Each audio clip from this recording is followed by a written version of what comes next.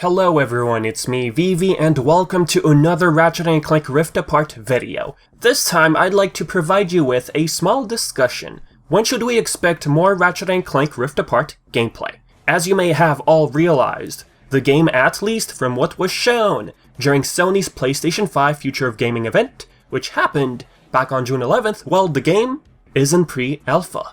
It's been 2 months now, so our question is, should we expect new gameplay soon? Or perhaps this month even? Okay, about that. 2 sources currently state the following. Okay, take this as a rumor. Alright? There will supposedly be another PlayStation 5 Future of Gaming event either on August 20th, basically this week, or early September. This information comes from Tidix and Roberto Serrano. Serrano states that the event will happen this week on the 20th, whereas Tidix says this on Twitter.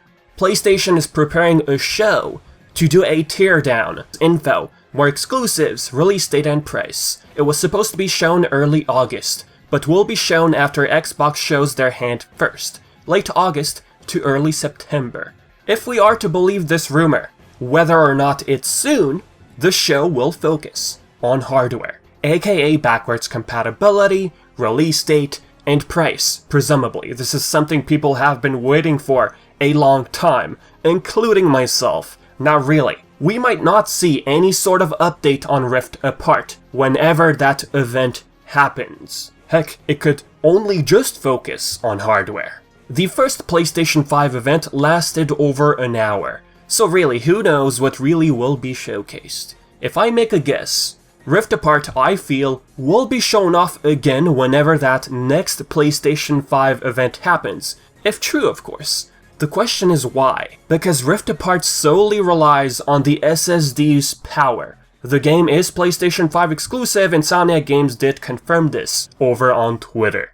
The mechanics of the game also rely on the DualSense's adaptive trigger. Depending on how hard you press on the trigger, midway or fully, your weapon, for example, the Enforcer, from what we've seen, will fire twice in a row. Here's a clip by Insomniac Games' Marcus Smith regarding this topic.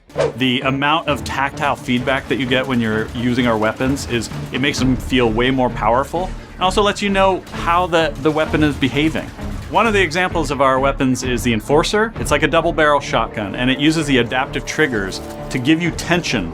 As you're moving your finger down halfway, you can fire one barrel. If you pull it all the way down, you can fire both barrels. But all along the way, you can feel the difference between the tension tightening up, and it just makes all of our weapons much more immersive and powerful feeling. So if the PlayStation 5's next event will be hardware-focused, then Ratchet & Clank Rift Apart is a perfect opportunity. I had honestly thought we'd get more gameplay during the last State of Play, which was last week. Instead, we got like 5 minutes of Crash Bandicoot 4 It's About Time, which I was really ecstatic about. Now let's imagine the next trailer. Be it gameplay focused or more cinematic, what could we see? In other words, what should we expect? Well, here's a wild guess. It would be Captain Quark getting revealed. Is it really a Ratchet & Clank game without our good old Captain Copernicus Leslie Quark? Not really. Well, maybe it's not such a wild guess if we base our thoughts on the following tweet by Insomniac Games on Twitter. Pictured, the greatest hero the galaxy has ever known. Also, some guys named Ratchet & Clank. And then we have Jeff leaving this reply. We are so ready. I see what you did there. Okay, like I said before, I thought this had hinted at the State of Play which happened a week ago. But no. Still, this tweet at least seems to be hinting at Captain Quark, at least being in the game. Just saying that alone sounds so weird. Captain Quark, out of all people, of course he's gonna be featured. Now, going off their history of showcasing gameplay for previous games, if we rely on, for example, Ratchet & Clank 2016, the reveal happened in June 2015, and the game released in April 2016. The first trailer we got for that game was very cinematic compared to the first trailer of Rift Apart. Another example, Into the Nexus, the game that came before the 2016 game, that one happened in July 2013. I'm talking about the reveal trailer. Now, the game released in November 2013. I'm not saying it's an accurate representation of what will come out of Rift Apart. As a matter of fact, Into the Nexus is a short game, so we can't compare Rift Apart, especially when Insomniac Games calls Rift Apart a full game, which they seem to imply, full-fledged. Something we've been hoping for ever since A Crack in Time released. But what's more important is the cinematic aspect of these trailers. I would really love to see a more cinematic trailer for Rift Apart. For example, hear Nefarious' voice in the background, who's confirmed to return with the original voice actor, and who actually accidentally caused these rifts to appear. If there's two voices we could hear in the next trailer, whenever that happens, I want to hear Quark and Nefarious. The female Lombax, okay. I feel they want to keep it as a surprise as much as possible. Ever since the whole Angela female Lombax situation.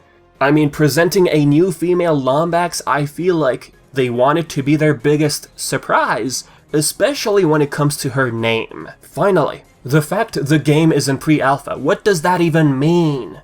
From a marketing standpoint, it's an over-glorified term of the game being still in early development. The footage you see is not final. A lot, perhaps, can even change. Pre-alpha to me personally, I could be wrong. This is what I understand. To me, it sounds like they're showcasing the core mechanics. For example, we got 2 so far.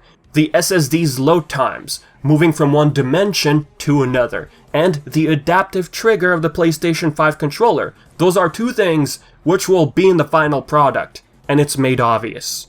As for other features, that's something that might alter completely. For example, the HUD you see right now, the blue HUD. They're not at a phase where every feature is set in stone. The fact we've gotten only 1 gameplay, or 2 call it, if you put them all together it's like an extended trailer, I guess, that could explain why it's in early development. 2 months of no other gameplay, so yeah, this is still in early development, so stuff can change. But my question to you, when do you expect more gameplay, and what would you like to see in the next trailer? Leave your thoughts in the comments section below.